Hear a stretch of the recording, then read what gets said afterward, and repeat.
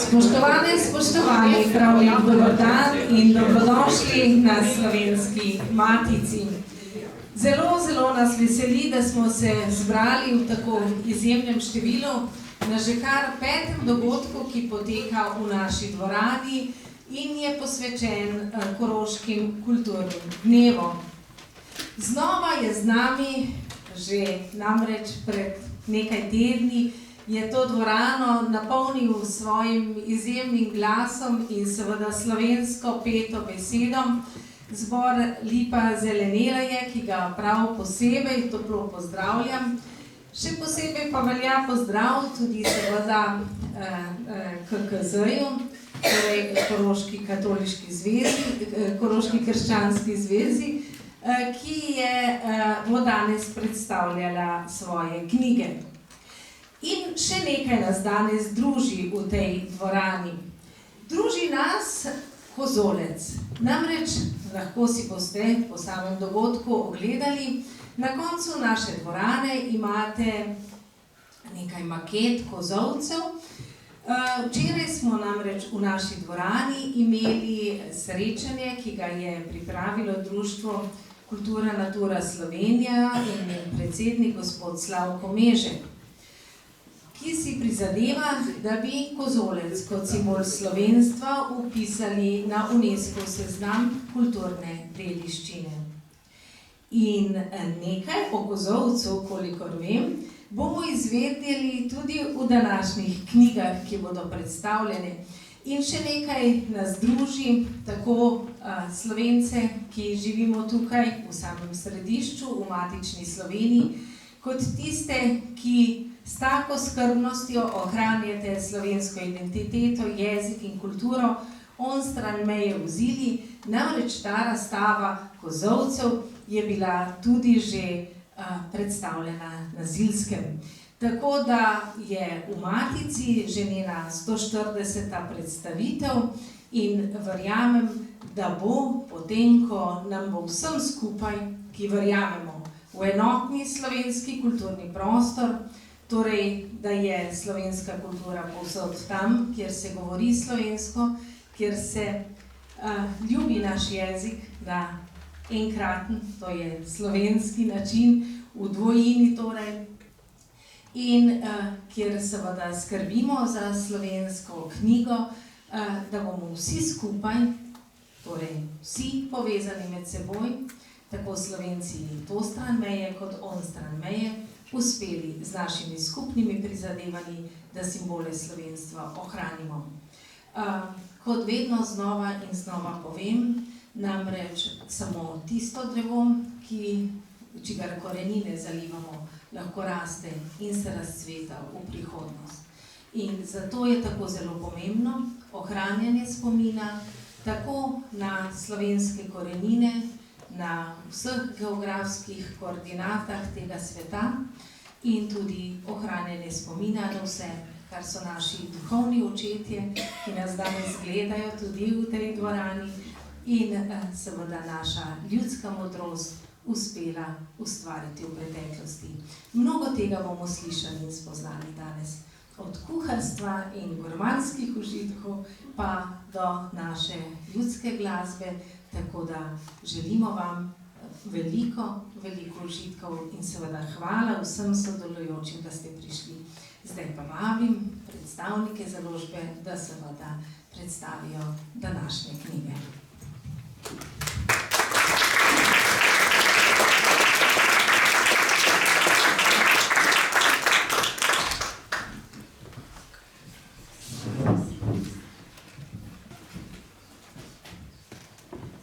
Lepo pozdravljeni.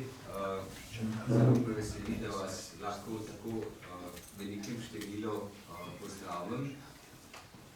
Milan Piko, sem od leta 2020 naprej zadolžen za razne naloge na Krščanski kulturni zvezi v Celovcu.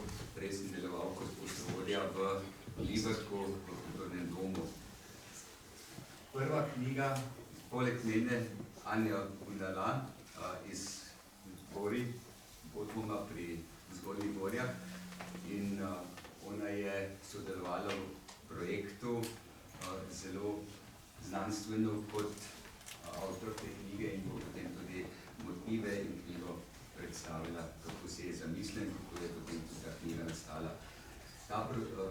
To knjigo smo uresničili v okviru evropskega projekta, ki smo ga začeli snovati konec leta 2020-2021 in smo potem tudi pomnožili. To so projekti CED, ki povezujejo regijo Koroško in Italijo.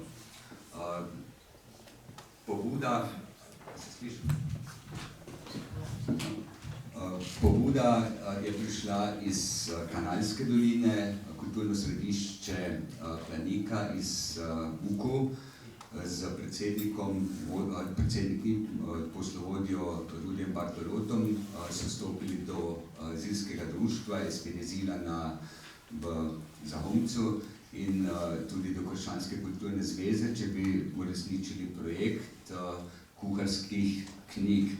Pobuda je nastala zato, ker je Rudi doma našel zapiske receptov svoje stare mame. Res lep zapis, v rokopisu smo ga potem tudi prebirali, prevajali in smo ga tudi objavili v drugi knjigi, ki je nastala tudi v okviru tega projekta, in sicer pod naslovom Recepti. To so pa zapisi stare mame, gospe Celot, ki je obiskovala kuharske tečaje pri šolskih sestrah, ki so včasih delovale v Kanalski dolini. Seveda smo tudi mi razmišljali, kaj bi lahko na naši strani kot zrcalni projekt ustvarili in smo začeli zbirati potem tudi recepte, zilske recepte. Bili smo tudi poskušati, kako jih delajo in seveda samo recepti mislim, da ne oplemenitijo te knjige tako, kot je potem bila dokončna zamisel, da smo k receptom še dodali razne druge vsebine, ki so tudi ekološkega pomena in upam in naša želja je bila tudi tedaj, da s to knjigo ali pa s tema dvema knjigama, ki jih damo v roke ljudstvu, spodbujamo k tem, da se ohrani kulturna dediščina. Kot vsi vemo, da jed ni samo jed, da je jed tudi povezana z raznimi običaji. Nažalost, vidimo, da v tem hitrem času, ki se sedaj dogaja, ko se vse tako hitro vrti, veliko običajev opustimo, jih ne damo naprej našim generacijam in upam, da bomo morda s to knjigo zbudili tudi to zavest, da se lahko dobro najemo tudi tedaj, če uživamo v izročilu, ki smo ga prejeli od naših staršev, z prošnjo, da bi tudi te lepe navade dajali naprej. Sedaj pa predajam besedo Ani Bundala, ki si je zamislila knjigo in je kar dosti časa preživela na terenu v Kanalski dolini, na Zili in tudi v Ratečah in nastala je knjiga Bakreni lunec. Dobar dan, sem Anja Bundala. Kot je Milan povedal, sem se kar nekaj časa potikala po zilskih, kanalskih krajih in vključila sem tudi zraven Rateče, ker je vse skupnega narečnega področja. Ko sem hodila okrog, sem razmišljala o konceptu, kako naj vse to pripovedovanje spravim v neke podatke. Pa ni šlo s podatki, ni mi šlo. Zato, ker se je preveč izgubilo vmes. In potem sem razmišljala, kako naj v drugačnem konceptu, kako naj na drug način spravim to v knjigo. In mogoče zato, ker sem že predhodno umetnica, slikarka, likovni pedagog, sem na svoj način morala to, ne tako seveda tudi podatkovno, ampak pri podatkih se ogromno zgubi. In je treba poseči po drugem jeziku in sem posegla po pesniškem jeziku. In se mi zdi, da v tem načinu sem lahko ohranila tisto mehkobo zilske duše. Samo na ta način se je lahko ohranila.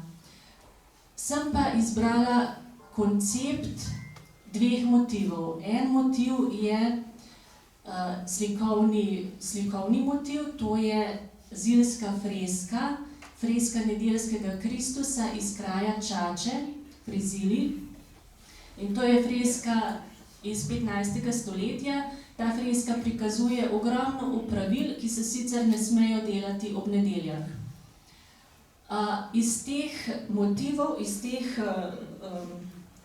iz tega slikovnega gradiva sem izbrala nekaj motivov, in sicer slovenski tovornik, potem sejalec seje, kmet brana, naslednji motiv je bil bakreni kuhinjski lonec, ta je osrednji motiv potem, pa še zilsko štehvanje.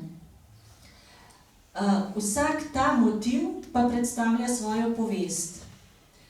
Vsaka povest pa predstavlja način, recimo slovenski tovornik. Kaj je pomembno pri slovenskem tovorniku? Za jedi. Vse se naslavlja na jedi. Slovenski tovornik, zato ker če bi ostali samo v tistem zilskem področju, to pomeni, da bi imeli zelo omejeno število hrane.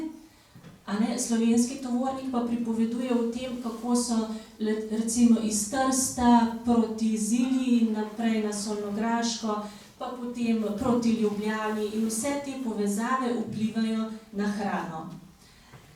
Naslednji je bil sejalec seje, kmet brana. Ta povest pripoveduje o tem, kako so žene posebno skrbele za ohranjanje semen, za pridelavo in predelavo živil v hrano in kako so vključevali to v svojo prehrano. Kaj vse so recimo morale imeti za njihovo zilsko čisavo župo. Kaj vse, cel vrt so morale spraviti v tisto čisavo župo. Potem je pa tisti srednji motiv, o katerem sem govorila, je pa bakren kuhinjski lonec. Tukaj pa smo dali vso to popotovanje in vse te semena in živila v tisti lonec, in v tem delu, v tej povesti in v tem delu govorimo o samih pišemo o samih receptih.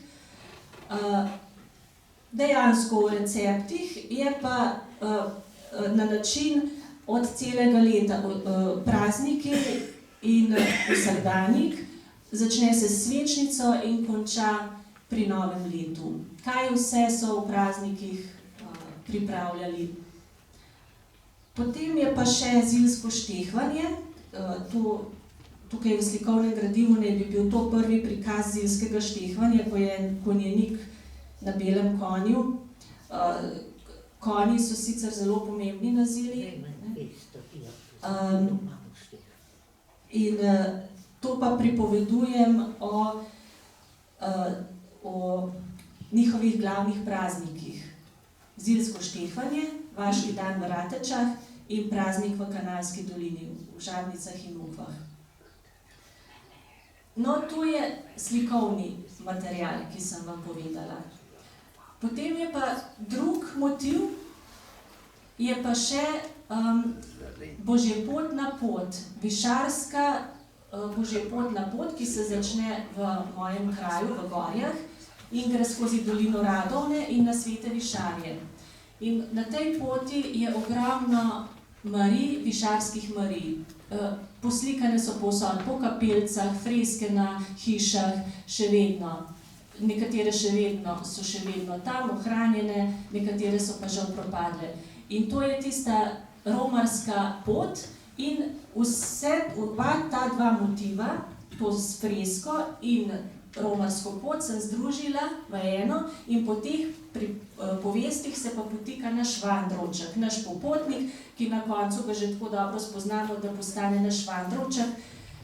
In nekateri pravijo, da sem sebe predstavljala v tem Vandrovčku, ker jaz sem vandrala po teh poteh, in pomembni so pa seveda vsi pripovedovalci, bolj kot jaz, ki so vse to vse te zgodbe, vse praznike, vse recepte povedali. In v Ratečah sta bili to predvsem Helena Petrič in Marija Stranik, v Kanalski dolini Osvald Erat, Marija Mošic, Rudi Bartalot, v Zilski dolini Milena Čik-Pip, Stanko Čik, Milka Krigl, Daniel Mešnik, Urban Popotnik, Stanko Trap, Emile Vigele, Martin Vigele, Ignac Vigele, pa Travdi Cvitar.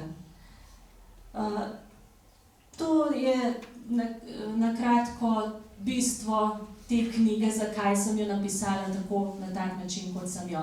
Pomembno pa je tudi, da je na koncu še slovarček teh zilskih izrazov, ki so med knjigo opisani, in prevod iz narečja, recimo v slovenščino. Je pa knjiga trojezična, v slovenščini prvi del, potem v nemščini in v italijanščini. Hvala.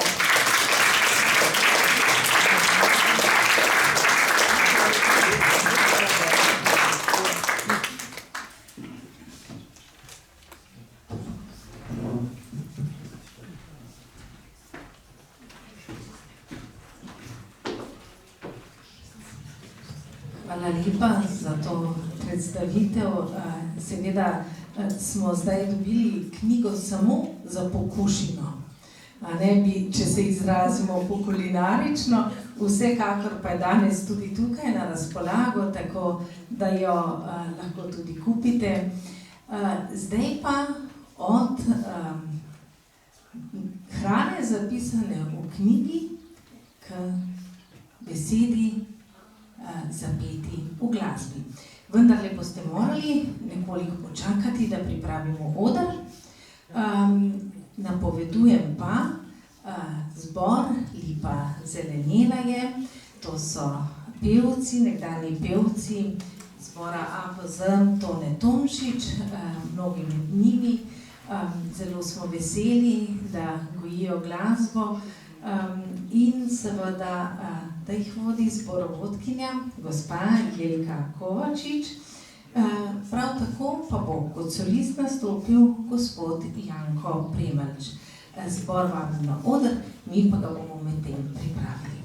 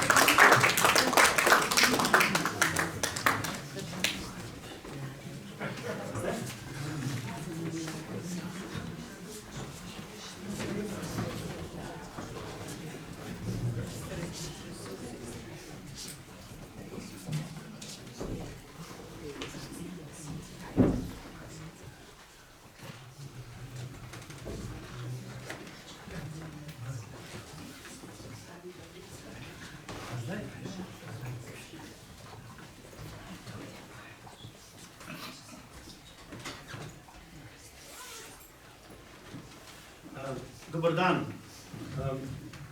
Pravkar sem Pravkar sem zvedel, da bi bilo prav, da bi nekaj besed povedal o Lajku Milosavljeviću, ki mu danes poskušamo počastiti izdajo tega zbornika njegovih pregledov. Dolgo poznamo Lajkota, pol stoletja, več kot pol stoletja minilo, kar smo ga spoznali.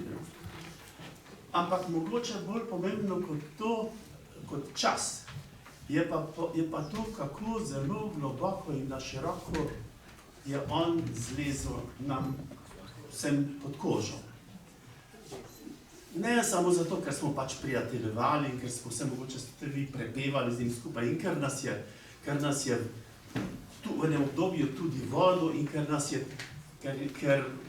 ker smo po svojih močeh poskušali tudi tu in tam pomagati mu pri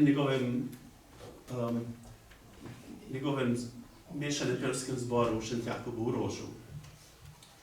Mogoče predvsem zato, ker je, in šele zdaj se tega zavedamo, ko še dolgo več ni med nami, ne? Šele zdaj se zares zavedamo, kako zelo večplastno je bilo to njegovo delo na področju zborovskega ustvarjanja, posebej pa na področju njegove skrbi za ljudsko pesem v naših zamejskih krajih, pa ne samo na Koroškem, kjer je v resnici mogoče največ svoje pozornosti, največ svojega časa tudi prebil oziroma preživel, ampak tudi v drugih zamejskih krajih in takrat se seveda v tistih letih se nismo zavedali, kaj vse počne. Smo pa marsikaj počeli z njim takrat skupaj. In izleti v njegovi organizaciji šele mogoče zdaj po pol stoletja razkrivajo bogato dediščino, ki jo je on s svojim delovanjem pomagal ohranjati. Ohranjati tudi tako, da nam je njegovim prijateljem, pevcem in pevkam ljubezen do koroške pesmi, pa nasploh do ljudske pesmi, kar precej globoko usadil v nas. Mogoče nas je tu in tam to prijateljevanje in pevsko soustvarjanje, da je bilo tudi naporno, ne? Ker Lajko je znal biti kar zahteven v tem pogledu, najprej do sebe, nobenih pogojih, torej ni bilo ovire, ki je ne bi skušal preskočiti, ko je bilo potrebno delati za to, da se vaje na Koroškem lepo odvijajo, ne? Pevske vaje njegovega zbora. Mogoče ni vsem še znano to, pa to treba od blizu pogledati, da Lajkota ni ustavila nobena politična zapora meje, noben sneg, noben mraz.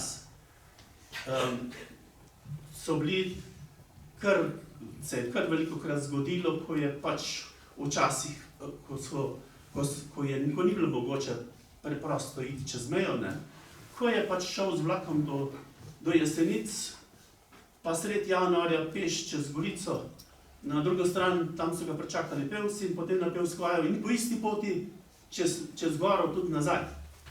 To ni tako zelo splošno znano, je pa mogoče en zgovoren dokaz tega, da pri njem ni bilo meje samo žrtvovanja in truda in tudi tveganja za to, da se to njegovo poslanstvo pač odvija naprej. No, to bi bilo čisto na kratko. Mi ga seveda nosimo v srcu svoj, zelo pogosto, zelo radi prepevamo njegove pesmi in ne mine naše srečanje, da se ne bi z njim pogovarjali tudi, pa bujali spomine na naše skupne doživljanje v tistih časih. To bi bilo naprej.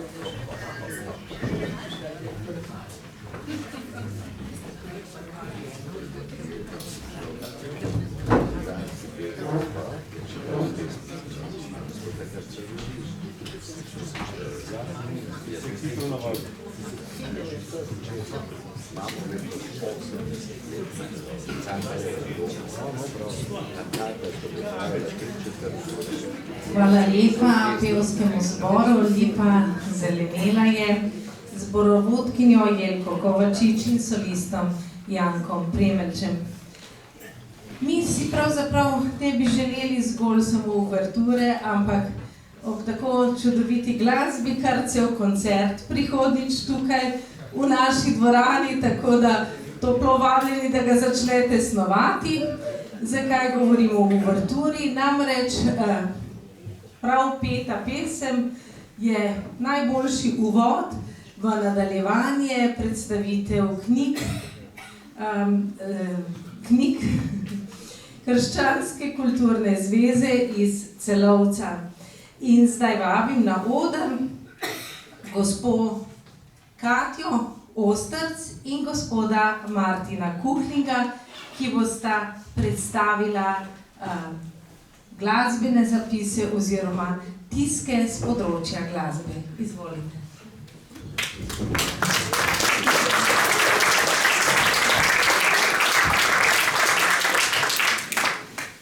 Ja, lepo pozdravljeni v imenu Krščanske kulturne zveze. Hvala tudi Slovenski matici, da vedno imamo priložnost tukaj v tem prostoru predstavljati svoje publikacije ali pa tudi kakšne druge novosti iz Koroške. Jaz bi pa najprej seveda rad pozdravil tudi gospoda Egija Gašparšiča, ki je uredil obe zbirki oziroma deloma je on skladatelj. Egi Gašparšič, lepo pozdravljen.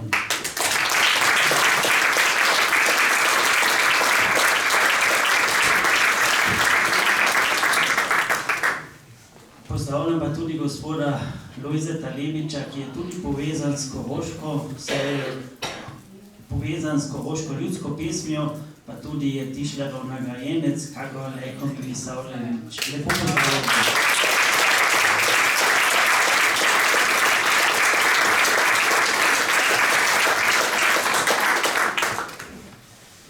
Tu zdaj pa gre za dve zbirki. Ena je zbirka klavirskih not, skladb za pouk klavirja, prav namenjen glasbenim šolam. Pobudo za to je dal učitelj Slovenske glasbene šole na Koroškem in Egi Gašparšič je potem tudi v sodelovanju z urednico Katjo Ostrc se lotil tega in je nastala ena prav prikupna zbirka. To bo potem Katja še bolj podrobno predstavila. Druga zbirka je pa, kot smo zdaj že slišali in se tudi zahvaljujem zboru, Lipa zelenela je, ker s tem tudi pokažejo to povezanost do lajkota, ki jo tudi mi čutimo pravzaprav vedno bolj. Jaz sem ga sicer osebno komaj poznal, je pa pravzaprav ta zapuščina nekaj, kar postaja vedno dragocenejše in tako mislim, da bomo delali naprej. Zdaj pa predajam besedo Katji, da vam predstavi zbirko Mi muzikanti smo. Lepo pozdravljeni tudi v mojem imenu. Kot že rečeno, imamo tudi midva za vas nekaj za pokušino. To niso kuharski recepti, ampak so klavirski recepti. In sicer je tale moja zbirka, ki jo bom na začetku predstavila, zbirka, ki je namenjena mladim pianistom. Vsi vemo, da smo v slovenskem sistemu, šolskem, klavirskem imeli vedno na repertoarju Josipa Pavčiča, ena, dve, vsi se spomnite tistih zbirk. In Egi, spoštovani skladatelj Egi Gašparšič, je že pred časom rekel, da je to tudi ena taka zbirka podobna, se pravi, da jo bomo lahko uporabljali klavirski pedagogi za poučevanje. Torej, predstavila bom eno prikupno, metodično in tudi vizualno lepo zbirko. In sicer Mi muzikanti smo, kot sem že omenila, kot je že Martin omenil, spoštovani skladatelj Egi Gašparšič danes sedi tudi med nami in ga še enkrat še posebej lepo pozdravljam. Gospod Gašparšič prihaja z Brezij, natančneje z Dobrega Polja na Gorenjskem. Je nekdanji šolnik, ki je kar 30 let vodil glasbeno šolo Radovljica, komponist, dirigent, zborovodja, v zadnjem času pa predvsem skladatelj in raziskovalec glasbenega izročila Slovencev doma in v zamejstvu.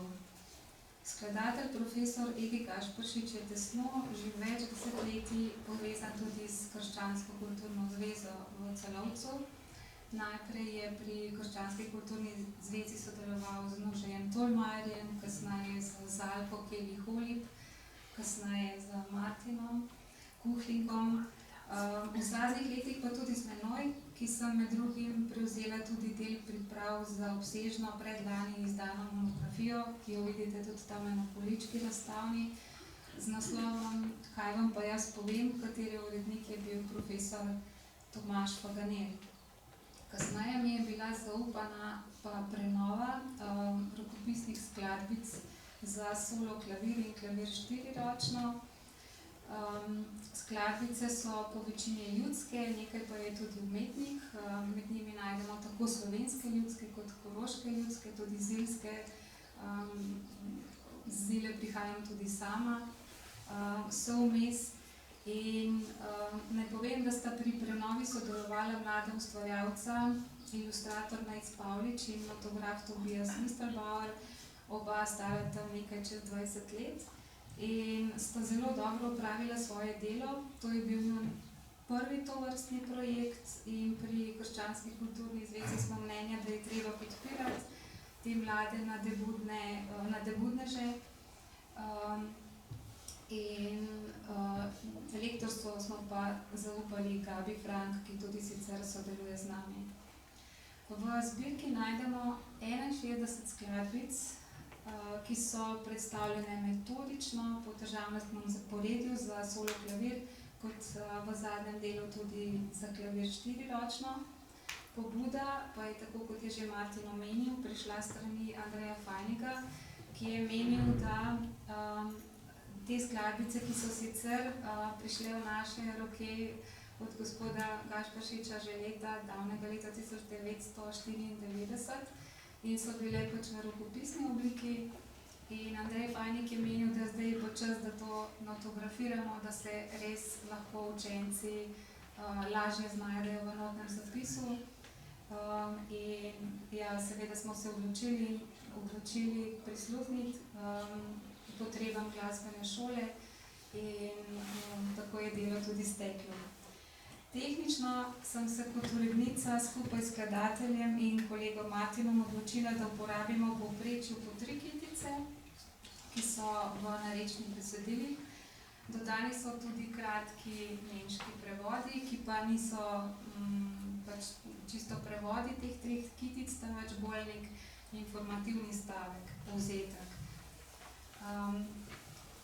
To smo naredili predvsem zaradi tega, ker v bistvu bodo skladbice igrali tako slovenski otroci, kot nemški otroci, kot torej koroški Slovenci, pa tudi upamo, da bo zašla v glasbene šole koroške, pač avstrijske glasbene šole, torej bodo skladbice lahko igrali tudi otroci, ki ne znajo slovensko oziroma ki ne znajo dobro slovensko.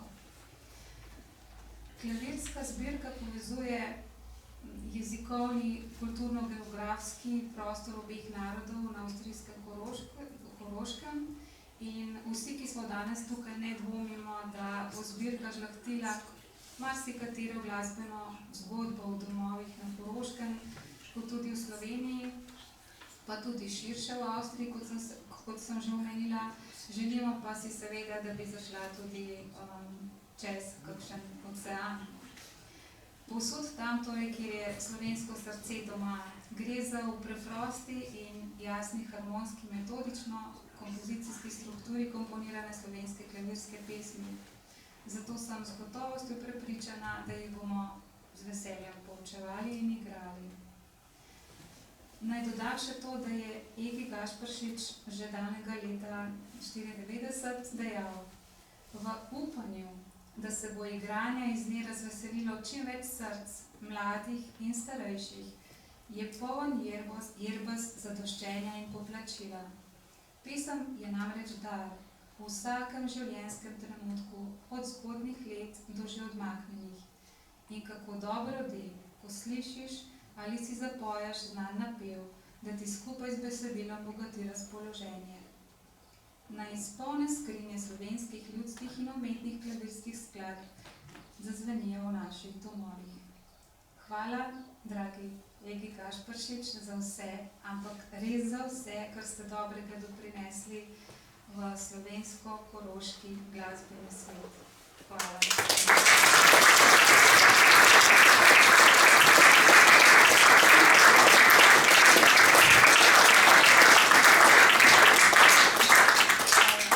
Mene to ni pomota, da jaz zdaj sem nevljudna pa gledam na telefon, ampak sem pripravila samo še eno čisto malo presenečenje, če se bo to izšlo. In sicer je včeraj zvečer ena Ziljanka prebrala en odlomek iz ene pesmi, narečne Dve kratki kitici so. Pa pogledamo, kako se bo tole slišalo.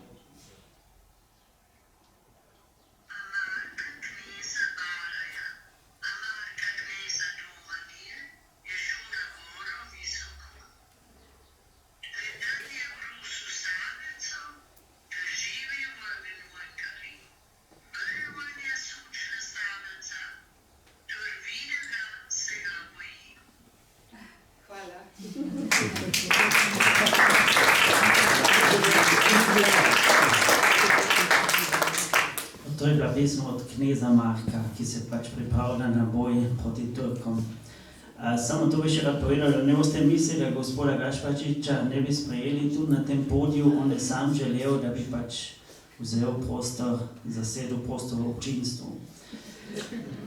Je pa Egi dejansko že strokovnjak za reko, to je zbiranje in prirejanje, saj smo z njim izdali pred 10 leti obširno zilsko knjigo Drbezila Knavira, tam so pač zbrane pesmi, ki jih je Lejko na Zili snemal, zbiral, deloma že so bile transkribirane, deloma je to upravil potem gospod Egi Gašperšič. In podobno je zdaj tu, to so pa zdaj priredbe Lejka Milosavljevića. Vse, kar je on zbiral, ali pa tudi druge pesmi, ki jih je pač poznal, to gre od Beatlesov do rožanske ljudske pesmi, je pač večkrat za kakšen zbor pripravil ali pa po svojih predstavah malo priredil, saj je bil tudi tak izvrsten strokovnjak za ljudsko glasbo in je na ta način pač pridal malo nekaj novega k celotnemu opusu, ki ga poznamo.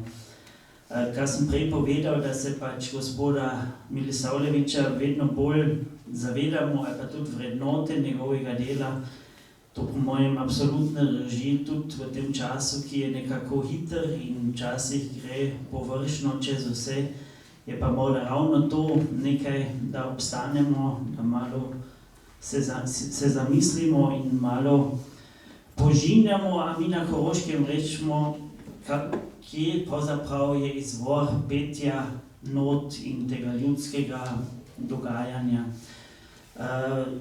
Tu pesmi so enostavno po abecednem zaporedju zbrane, kot sem že rekel, deloma mednarodne, deloma ljudske slovenske, deloma umetne slovenske. Poseben sklop je pa potem namenjen pesmim iz pastirske igre, to je Drabosnjakova pastirska igra, ki se je v letu 1987 pripravila in tam je bil Lejko zadolžen za to pevsko in glasbeno podobo. In tudi tam se vidi njegov tako profesionalni pristop, ker je res, potem ko je videl, da je med igralci veliko spretnih pevcev, je pač tudi se lotil pol tega, deloma so pesmi bile že pripravljene iz drugih predstav, deloma jih je pa potem tudi za tisto ekipo igralsko priredil. Tako da je bolj tudi ena taka celostna podoba ljudskega izročila nastala na tej podlagi. Jaz veliko več nimam pripovedati, če bo še kdo tukaj vprašati, morda tudi, ko pa krenemo loncu, da morda še poveste, vprašate to pa ono. Nekaj zbirk imamo tukaj, da jih lahko tudi kupite in drugače sem pa zelo vesel, da se je dvorana tako napolnila in tudi našim partnerjem v Ljubljani, klubu koroških Slovencev v Ljubljani in društvu Slovensko-Avstrijskega prijateljstva. Oba predsednika sta seveda tu, gospod Janez Tagar in gospod Lovro Sodja. Hvala vam tudi za to sodelovanje skozi leta in da vsako leto lahko nekaj predstavljamo iz naše Koroške. Hvala lepa.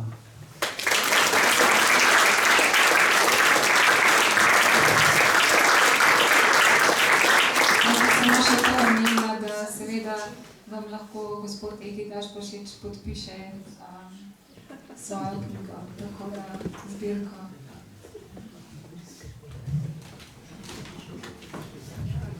Morda kakšno vprašanje? Če ni vprašanj, očitno ste bili dovolj izčrpni.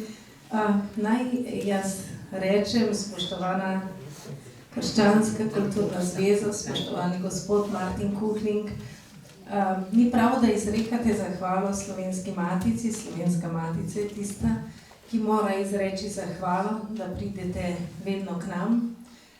Zdi se, da tako zelo potrebujemo, da se k nam vedno znova in znova vračate, ker se zdi, da ste vi tisti, ki nas danes učite veliko več ljubezni do slovenstva, kot ga premoremo mi tukaj, ko se nam zdi v naši državi Sloveniji čisto vse samoumevno, pa vendarle ni. Tako da res iskrena hvala za ta dragocena knjižna pričevanja. Naj pa ob tem seveda še poudarim, da vsi ti dogodki ne bi bili izvedljivi brez podpore Urada Vlade Republike Slovenije za Slovence v zamejstvu in po svetu, tako da se jim za podporo vsi, ki jo prejemamo, zahvaljujemo. Prav tako pa seveda brez dragih, dragocenih organizatorjev Koroških kulturnih dnevov, in to seveda so tudi Krščanska kulturna zveza, pa Slovenska prosvetna zveza iz Celovca in pa že omenjeni klub koroških Slovencev v Ljubljani, ki ga tako skrbno vodi profesor Janez Tagar, ki ga ta trenutek vabim na oder.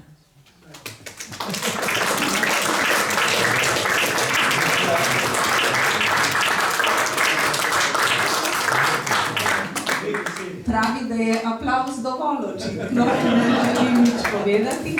Naj potem tudi jaz izrečem še globok poklon, seveda gospodu Ediju Gašperšiču in tudi našemu dragemu, dragocenemu članu, akademiku Lojzetu Lebiču. Upam, da se bomo ob njegovem jubileju tudi leto še kaj dobili, bodi si na akademiji ali pa v naši dvorani. In tako še znova in znova častili glasbo in njeno univerzalno govorico. Ni tista, ki nas uči samo dialoga, ampak svojo univerzalnostjo poliloga sveta. Vse dobro, veliko govorite drug z drugim in seveda prinašajte si veliko besede in veliko glasbe. Hvala lepa.